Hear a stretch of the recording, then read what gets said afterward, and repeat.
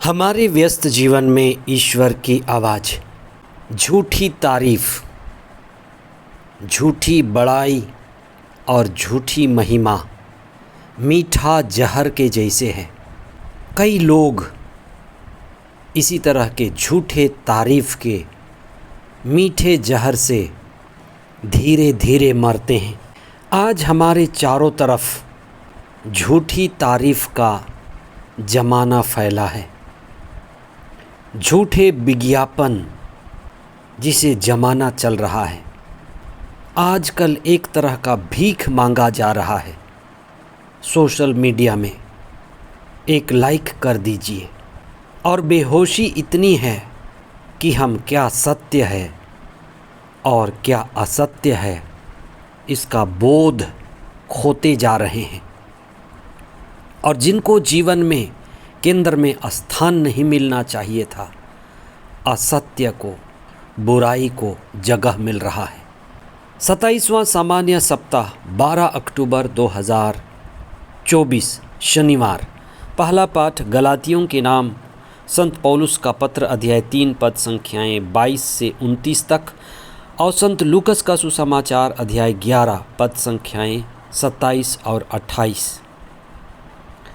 धर्मशास्त्र में शरीरी माता पिता को उतना महत्व नहीं दिया जाता है, शायद इसलिए कि बहुधा माता पिता बच्चों को जन्म तो देते हैं पर बोध नहीं दे पाते, चेतना नहीं दे पाते, प्रज्ञा की ऊंचाई नहीं दे पाते।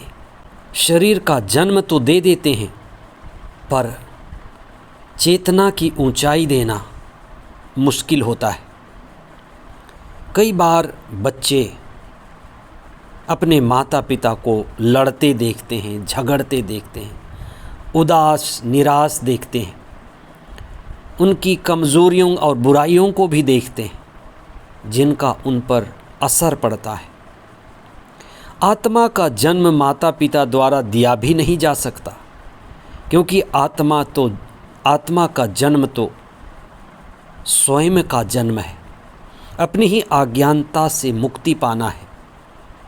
आध्यात्मिक जन्म तो स्वयं का ही जन्म पाना है, स्वयं के अहंकार को तोड़ना, मैं भाव को मिटाना, स्वयं में आत्मा में दिव्यता का दीपक जलाना, जिसके लिए हम स्वयं ही जिम्मेदार हैं।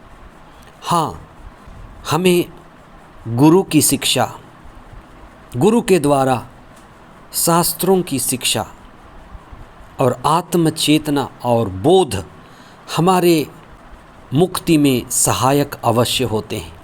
आज ईसा के पास एक महिला आई जिसने अचानक ईसा की माता मरियम का गुणगान, स्तुतिगान, महिमा करने लगी। ईसा उस महिला से उसकी तारीफ़ और गुणगान के बदले उस महिला को या माँ मरियम को ज़्यादा बात नहीं कहे, लेकिन ईसा ने जो उनके वचन सुन रहे थे, दिव्य वाणी सुन रहे थे, अमर वाणी सुन रहे थे, मुक्ति और चेतना के लिए बैठे हुए थे, अच्छे श्रोता मालूम पड़ रहे थे, ईसा ने उनकी ओर देखा और कहा, ये ईश्वर के वचन सुनने वाले धन्य हैं, वचन के पालन करने वाले धन्य हैं, ये महान हैं।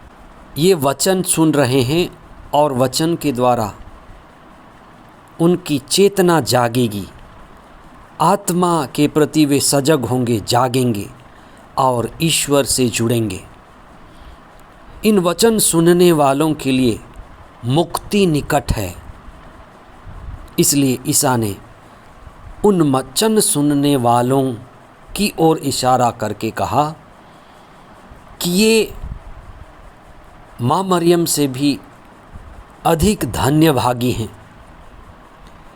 माँ मरियम की अगर बात करनी है तो यह बात करनी है कि उन्होंने दूत के संदेश को स्वीकारा, उन्होंने विश्वास किया और अपने जीवन को समर्पित किया और मुक्तिदाता को इस संसार में लाई। उस ढंग से उन्होंने सहयोग किया। हम कुछ समय मौन हो जाएं, अपनी मुक्ति के लिए कदम उठाएं। जो भी हमारे बंधन हैं, हमारी खुशियों को, आनंद को, शांति को, पवित्रता को, प्रेम को छीन लेते हैं, उनके प्रति सजग हों और वचन के श्रोता और पालनकर्ता बने। प्रतिदिन कुछ समय शास्त्रों को पढ़ करके चेतना को जगाएं। प्रार्थना के द्वारा ईश्वर की उपस्थिति का अनुभव करें और लगातार मुक्ति की दिशा में कदम उठाएं। माता पिता जिन्होंने हमें जन्म दिया, वो जन्म काफ़ी नहीं है। हमें आत्मचेतना, आत्मबोध, आत्ममुक्ति, स्वयं की मुक्ति के लिए कदम उठाना है। गुरु हमारी मदद कर सकते हैं। ईश्वर का प्रकाश, आत्मबोध हमें जगा दे। आमीन।